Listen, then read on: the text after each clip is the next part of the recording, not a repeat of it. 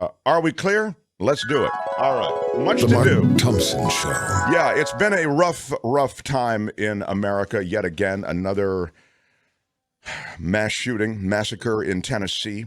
I'm going to put it off until the bottom of the hour to really get into it. I want to show you and let you hear some of the audio from lawmakers. Some of the stuff will just shock you. But the way that you can A, politicize this, B, be so completely wedded to doing nothing is grotesque. This country has a death grip, almost literally, on these assault weapons and on guns generally.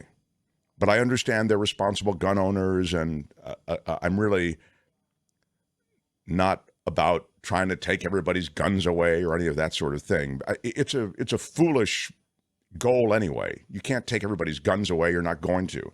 I mean, look, you can't even get responsible gun legislation passed in America. You're not going to take everybody's gun away. It's always amazing to me that that becomes a political talking point, given the obvious bankruptcy it has of any legitimacy. That's never been articulated as a thing that any Democrat wants to do, and yet the Democrats are always smeared with that during election time. But that's the politics of it. Just because I'm on the politics of it, I want to round it out. I got into a big argument today with someone who was saying, I like to get my arguments started early, by the way. You should get your big arguments going as early as possible. You know, you wake up, get your coffee, get your argument in. You know, just the normal activities in the morning. Right. I just had one cup of coffee and already I'm getting blasted. All I said was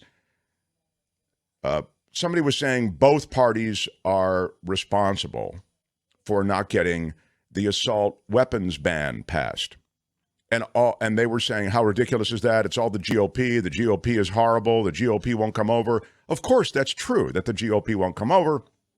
The GOP is reprehensible. The GOP, these legislators wear that pin, you know, the assault weapon pin. I mean, it's repulsive, absolutely repulsive. But what I said was, but it's not completely wrong that both parties are responsible. And here is what I mean. The legislation was blocked by two Democratic senators, Manchin and Sinema. When you know that you can't get legislation passed, then you can say whatever you want. The same way that you can run on increasing the minimum wage or increasing home health care caps. It applies to anything if you know Congress won't pass it. Now, this, to be fair, I think the Democrats really had a chance to pass that legislation. But there was a significant roadblock in those two senators. So are the Democrats on the right side of this issue? Of course. They're on the virtuous side of this issue. But what I'm saying is, when it actually came time to pass the legislation, they had control of the chamber. They couldn't get it done. Now, I'd much rather have them in control of the chamber than these, you know, a party that frankly fetishizes these military weapons and takes us to more and more dangerous places. And we end up with the kinds of massacres that we're seeing in schools, in movie theaters, in shopping malls, at Walmart. You can't go anywhere. You literally can't go anywhere without looking around. I mean, don't you do it? I do. I look around like, who's wearing a heavy coat? We went to a street fair on Sunday. Courtney and I were walking through the street fair, and we saw these two guys, and they're dressed completely in black. And I said to her, those are either performers, which you think is what they are. You know, they're stage performers because there are a bunch of stages set up at this big street fair, or they're mass shooters. One of the two. Now, that's a grim bit of reference, but it's kind of true. I mean, I look around a crowd like that, and I look to see who's carrying, because so many people have guns. Anyway, that's the guy from Nashville, by the way, the GOP congressperson who actually represents that district in Nashville. He sent out a Christmas card. Maybe you've seen this by now. It hit on, I think it hit Huffington Post early yesterday, and I saw it, and I put it aside as something I wanted to share with you. Did I send it to you, Albert? I think I did, didn't I? Yeah, you did. Let me pull it up. Okay. This is, let me put my credibility glasses on. Andy Ogles is the Tennessee congressperson who handles this district. And for his Christmas card, it's a picture of his family in front of a Christmas tree, and they're all holding assault rifles. Check this out. That is his Christmas card. This was posted by Fred Gutenberg. He was, has been someone who's been so active in trying to combat gun violence because his daughter Jamie was killed in the Parkland school shooting. But it's just a remarkable thing. This is last year's Christmas card from this dude. So we're a troubled nation when it comes to this stuff. And this is just one more case of it. And by the way, I know, Albert, we're going to wait. I always feel like I'll wait on that. I'll wait on the Josh Hawley thing. Josh Hawley was on the Senate floor, and he's trying to make this about religion. You know, he's saying this should be looked into as a hate crime. What? Yeah.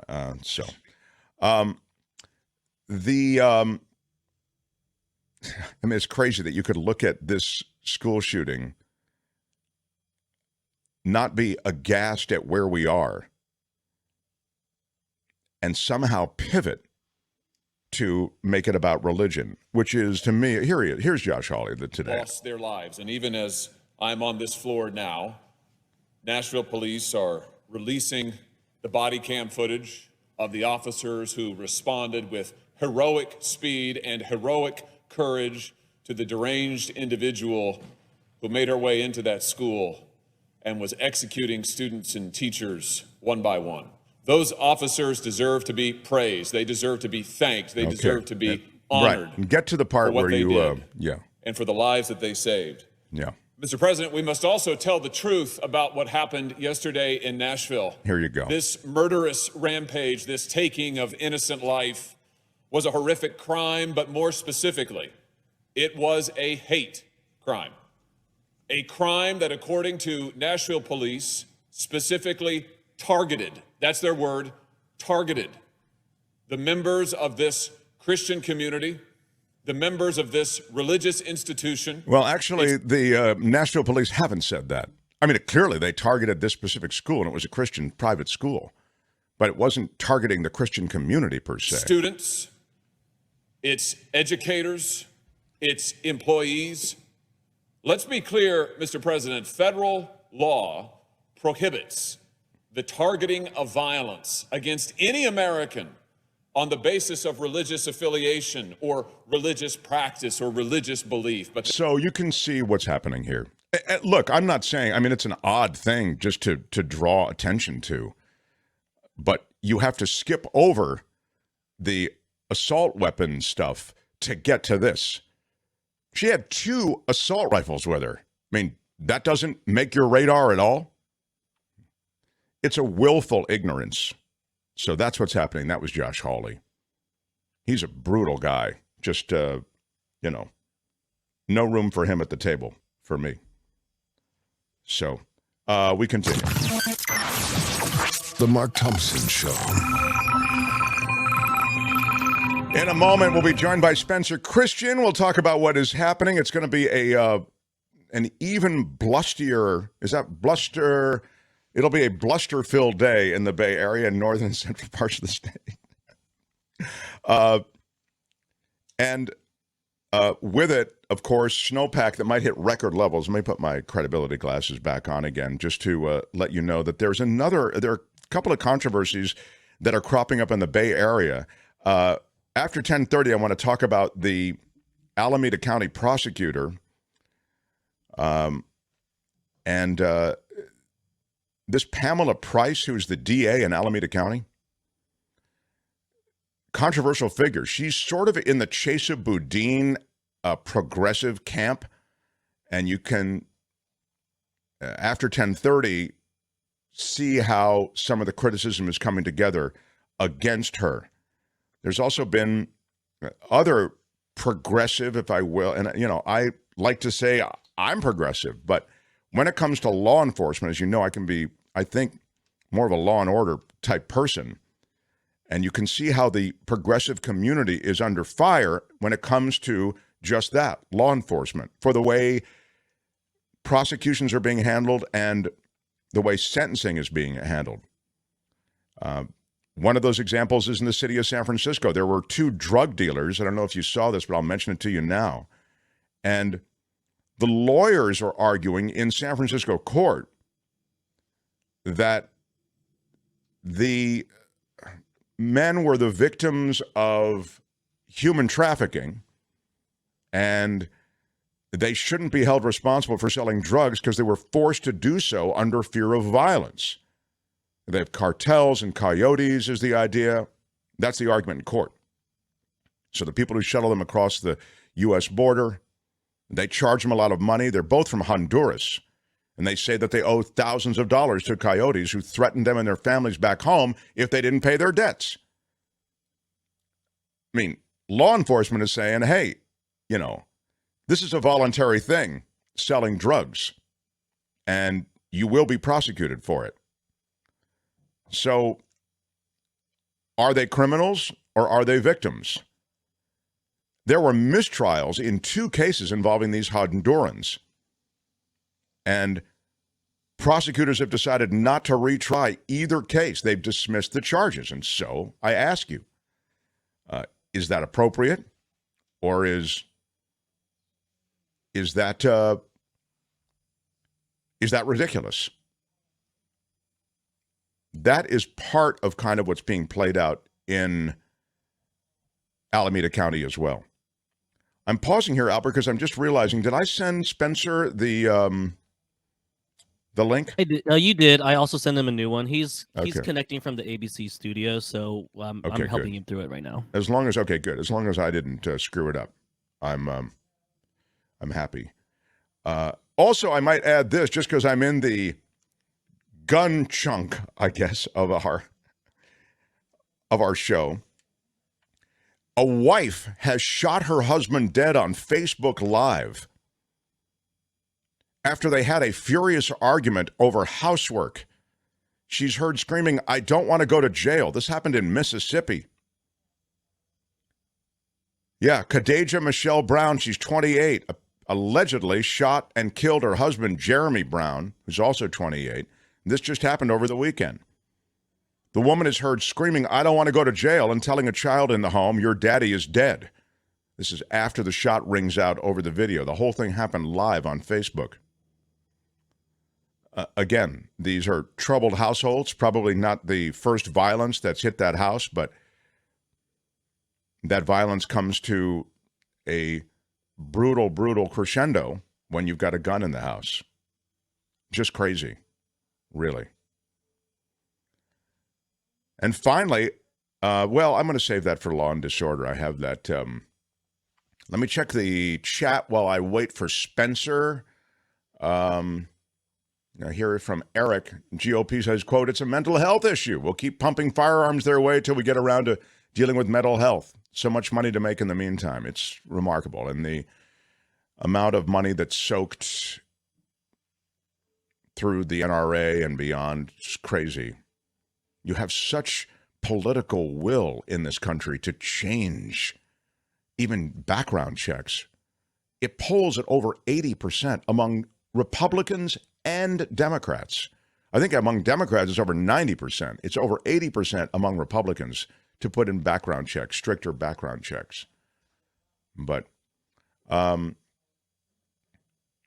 Vilma writes, maybe we should name all the AK-47s after our congressman that do nothing about guns. Yeah, the Marjorie Greene AK-47. Right. Well, we did speak about We spoke about the AR situation, the assault rifle situation. We also spoke about the general political disposition in America toward these things.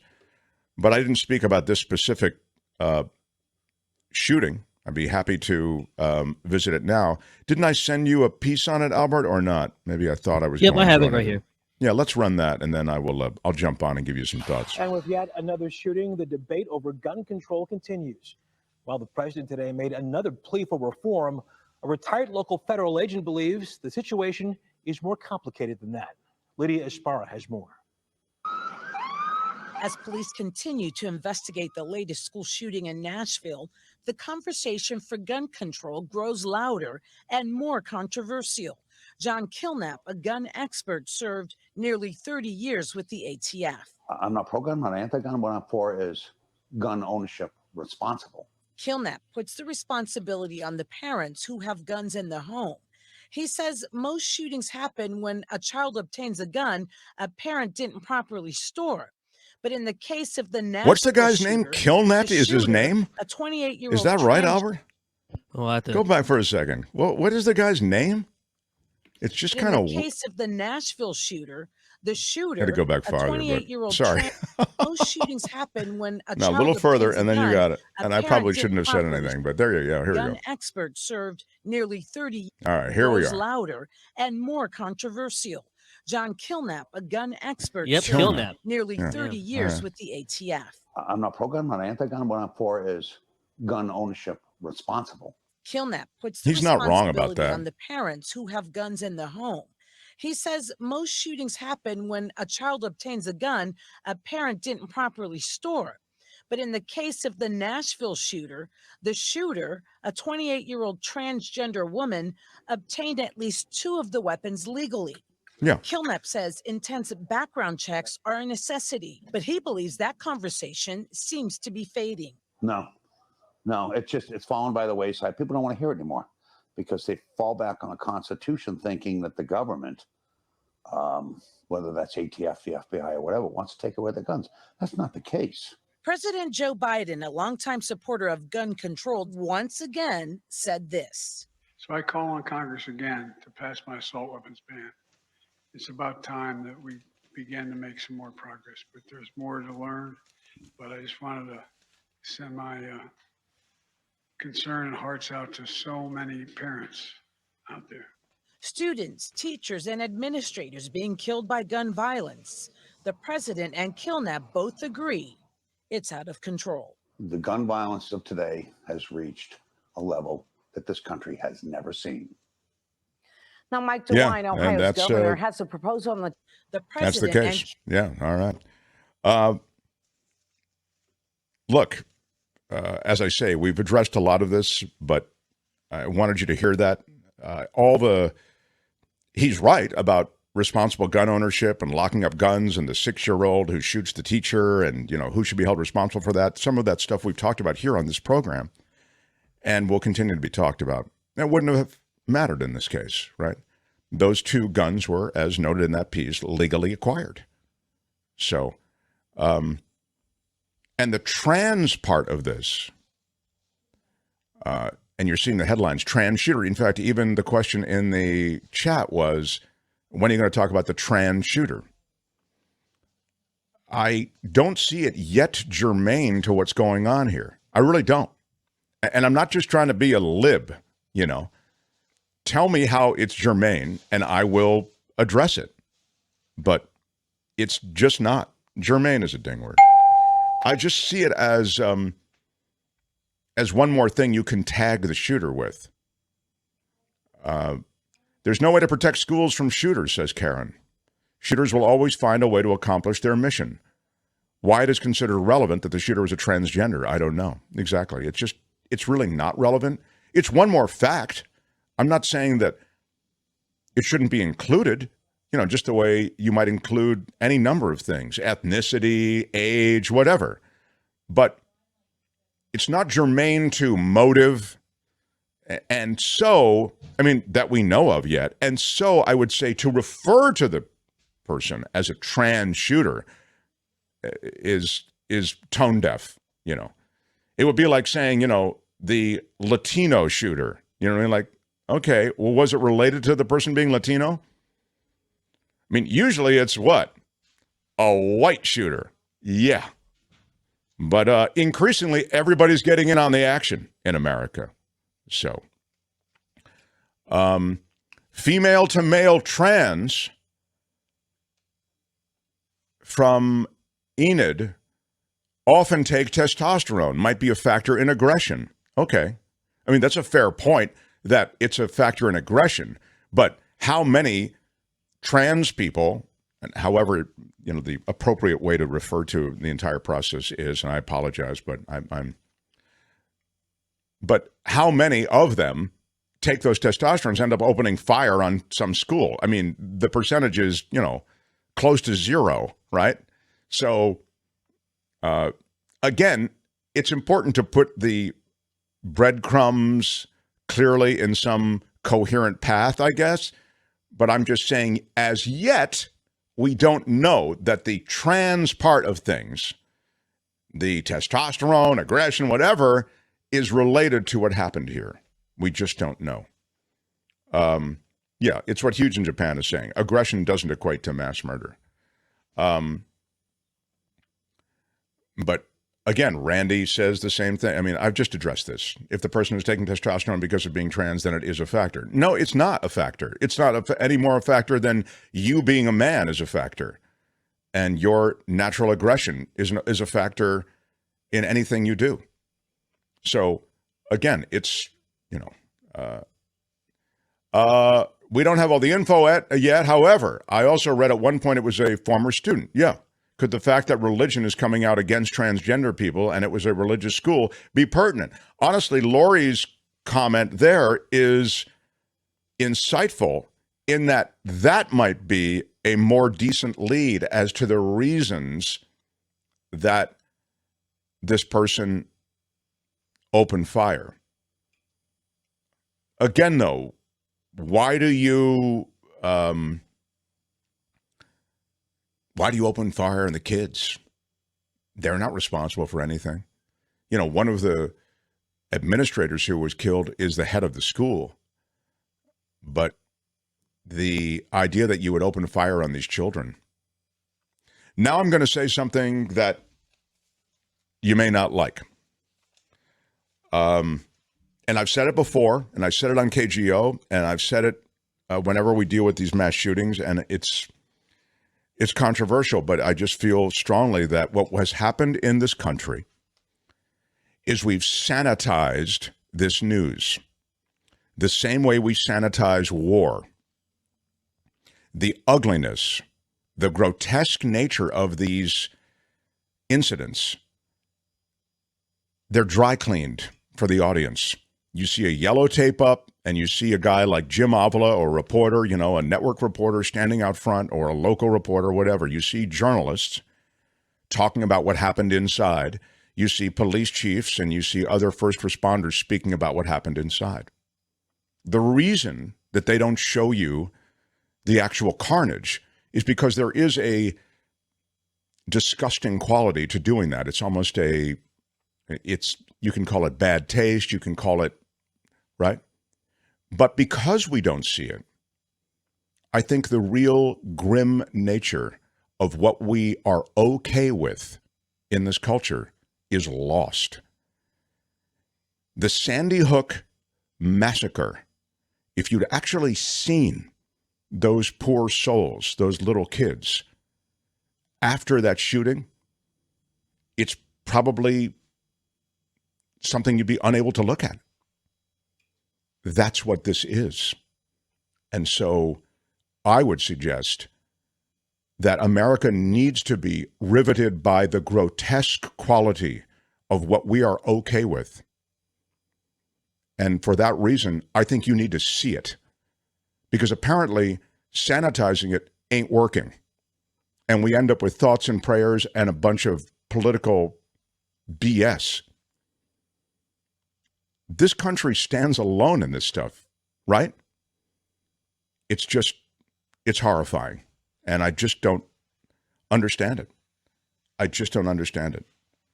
I mean, If this were COVID doing this, we try to find a vaccine or whatever, right? But here we completely bow to political pressure. It's absolutely awful. So, hi, it's Mark, and I thought that was great. Hit the notification bell. You'll know whenever there's a new video being dropped, and please subscribe to our channel to help us save the universe.